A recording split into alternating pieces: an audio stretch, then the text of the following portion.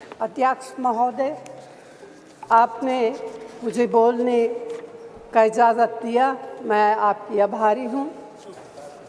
भारतीय राष्ट्रीय कांग्रेस की तरफ मैं नारी शक्ति बंधन अधिनियम 2023 के समर्थन में खड़ी हुई हूँ।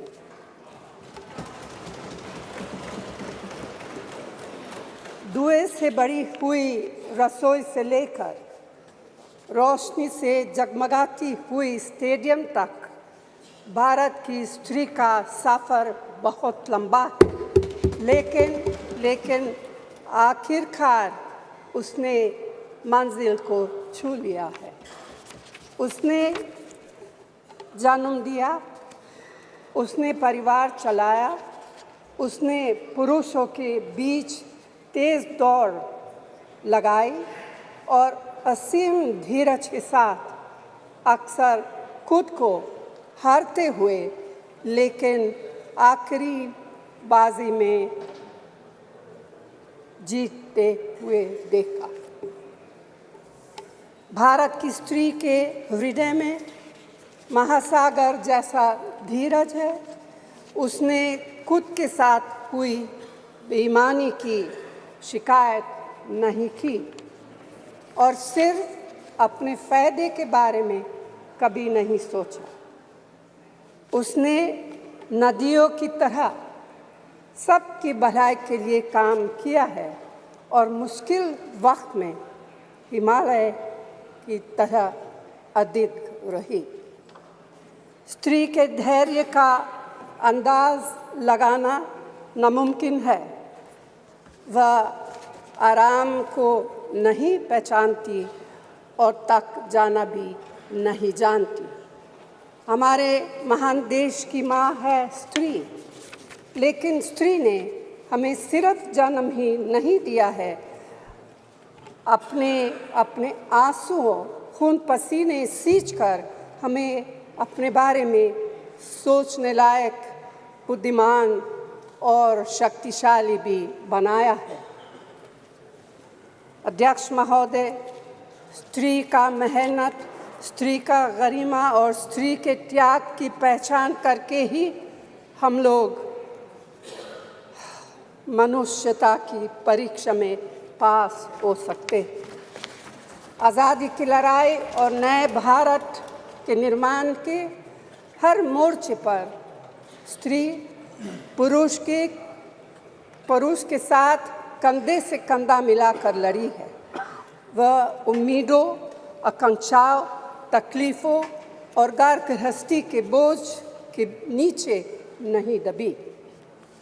सरोजिनी नायडू, सुचेता कृपलानी, अरुणा असफ अली, विजयलक्ष्मी पंडित, राजकुमारी अमृत कौर और उनके साथ तमाम लाखों महिलाएं से लेकर आज की तारीख तक स्त्री ने कठिन समय में हर बार महात्मा गांधी, पंडित जवाहरलाल नेहरू, सरदार पटेल, बाबा साहब अम्बेडकर और मौलाना आज़ाद के सपनों को ज़मीन पर उतार कर दिखाया है। इंदिरा गांधी जी का व्यक्तित्व इस सिलसिले में एक बहुत ही रोशन और जिंदा मिसाल है। अध्यक्ष महोदय, खुद मेरी जिंदगी का यह बहुत मार्मिक क्षण है। पहली दफ़ा स्थानीय निकायों में स्त्री की भागीदारी तय करने वाला संविधान संशोधन मेरे जीवन साथी राजीव गांधी जी ही लाए थे। उन्होंने लाए थे जो राज्यसभा में 7 वोटों से गिर गया था। बाद में प्रधानमंत्री PV नरसिम्हा राव जी के नेतृत्व में कांग्रेस सरकार ने ही उसे पारित कराया। आज उसी का नतीजा है कि देश भर के स्थानीय निकायों के जरिए हमारे पास 15 लाख चुनी हुई महिला नेता है। राजीव गांधी जी का सपना अभी तक आधा ही पूरा हुआ है।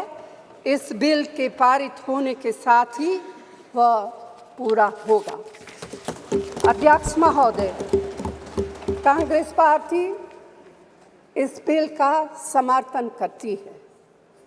हमें इस बिल के पास होने से खुशी है, मगर इसके साथ साथ एक चिंता भी है। मैं एक सवाल पूछना चाहती हूँ। पिछले 13 वर्षों से भारतीय स्त्रियां अपनी राजनीतिक जिम्मेदारी का इंतज़ार कर रही हैं और अब उन्हें कुछ वर्ष और इंतज़ार करने के लिए कहा जा रहा है। कितने वर्ष? 2 वर्ष, 4 वर्ष, 6 वर्ष, 8 वर्ष? क्या भारत की स्त्रियों के साथ बर्ताव उचित है? भारतीय राष्ट्रीय कांग्रेस की मांग है कि यह बिल फौरन अमल में लाया जाए, लेकिन इसके साथ ही कास्ट सेंसस कराकर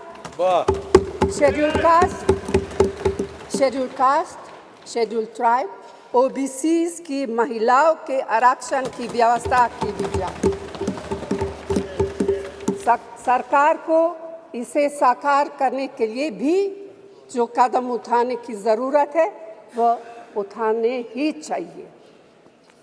अध्यक्ष महोदय, स्त्रियों के योगदान की स्वीकार करने और उसके प्रति आभार व्यक्त करना का यह सबसे उचित समय। इस बिल को लागू करने में और देरी करना भारत की स्त्रियों के साथ घोर नाइंसाफी है। भारतीय राष्ट्रीय कांग्रेस की तरफ से मैं आपके द्वारा सरकार से मांग करती हूँ कि नारी शक्ति बंधन अधिनियम 2023 को उसके रास्ते की सारी रुकावटों को दूर करते हुए जल्दी से जल्दी लागू किया जाए। ऐसा करना न सिर्फ ज़रूरी है बल्कि संभव भी है। धन्यवाद।